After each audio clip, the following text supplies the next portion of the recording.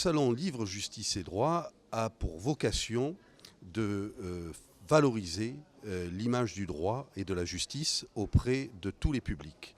Très souvent, le droit a une image de matière froide, indigeste pour le grand public. Or, le droit, ce n'est pas cela. Ce n'est pas cela. Et le salon que nous organisons sur ces 2 journées a pour vocation de montrer le droit et la justice sous un jour nouveau. Ces ouvrages ont tous pour point commun de montrer un droit finalement plus humain. Le salon Livre, Justice et Droit réunit des auteurs venus d'horizons différents, des universitaires, des magistrats, des avocats, des huissiers, des policiers, des journalistes. Mais tous ces auteurs ont pour dénominateur commun la passion du droit, passion qu'ils savent transmettre à travers leurs ouvrages au grand public. Quand on prend un petit peu sur une plus large période, qui s'inscrit dans le monde de la librairie depuis 2008, avec ce qu'on appelle les MOOC, contraction de Book et Magazine en anglais. Ce sont donc des revues papier trimestrielles. La plus emblématique et la première, c'est la revue 21, qui sont dans cette dynamique qu'on a souhaité implanter dans Sang-Froid également. Donc dans des articles assez longs, on est dans toutes ces parutions sur les articles d'au moins une dizaine de pages pour vraiment aller au fond des choses, avec aussi un visuel assez qualitatif. Donc on s'inscrit complètement dans cet univers des MOOC-là. En fait, dans Sang-Froid, on a la volonté vraiment d'illustrer certains de nos articles par des illustrateurs qui ouvrent la revue. Dans ce trimestre, on en a une sur les écoutes de Focard sur Mitterrand et Anne Pinjot. C'était pas forcément quelque chose qu'on avait pensé au départ dans Sang-Froid d'avoir cette révélation historique, mais c'est quelque chose qui s'est mise en place au fil du temps. On a aussi des portraits, donc des portraits de personnalités liées au monde judiciaire au sens très large du terme.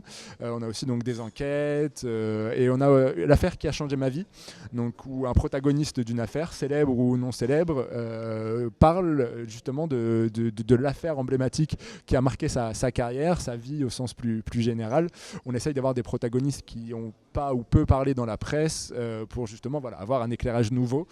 Quand on traite d'affaires très connues, on essaye de chercher ces protagonistes qui ne se sont pas exprimés pour avoir un angle d'attaque un petit peu nouveau. Et dans la partie polar, là aussi, nous avons des rubriques un petit peu récurrentes. On a une nouvelle faite par un auteur de polar dans chacun des numéros. On a une interview sur les coulisses de l'écriture, donc comment l'auteur s'inspire, la relation qu'il peut avoir avec ses personnages, son premier roman, ce genre de choses. Un portrait découverte d'un auteur plus ou moins connu pour faire découvrir à nos lecteurs de Sang-Froid différents auteurs. La série colle souvent aux problématiques de son temps.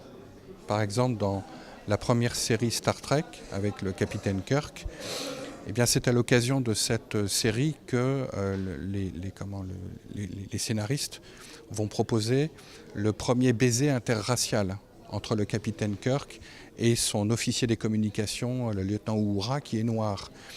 Lorsque cette scène est tournée, on est au milieu des années 60, les tensions raciales sont extrêmement vives et Star Trek veut montrer à travers une fiction qu'il y a une autre société possible, qu'il y a une autre forme de relation entre les personnes qui peut exister et qui est différente de l'état de la vie sociale en Amérique à cette époque-là. Il existe des dizaines d'épisodes dans lesquels il y a des conflits de normes entre le projet d'exploration de l'espace, ce principe de non-ingérence et le fait qu'on va rencontrer d'autres civilisations qui ont un autre système juridique, des autres modes de pensée, des autres lois, et les intrigues souvent tournent autour de conflits de normes qu'il appartiendra au capitaine, que ce soit le capitaine Kirk ou le capitaine Janeway ou n'importe quel autre capitaine, de résoudre, et il le résoudra par l'application d'une règle de droit.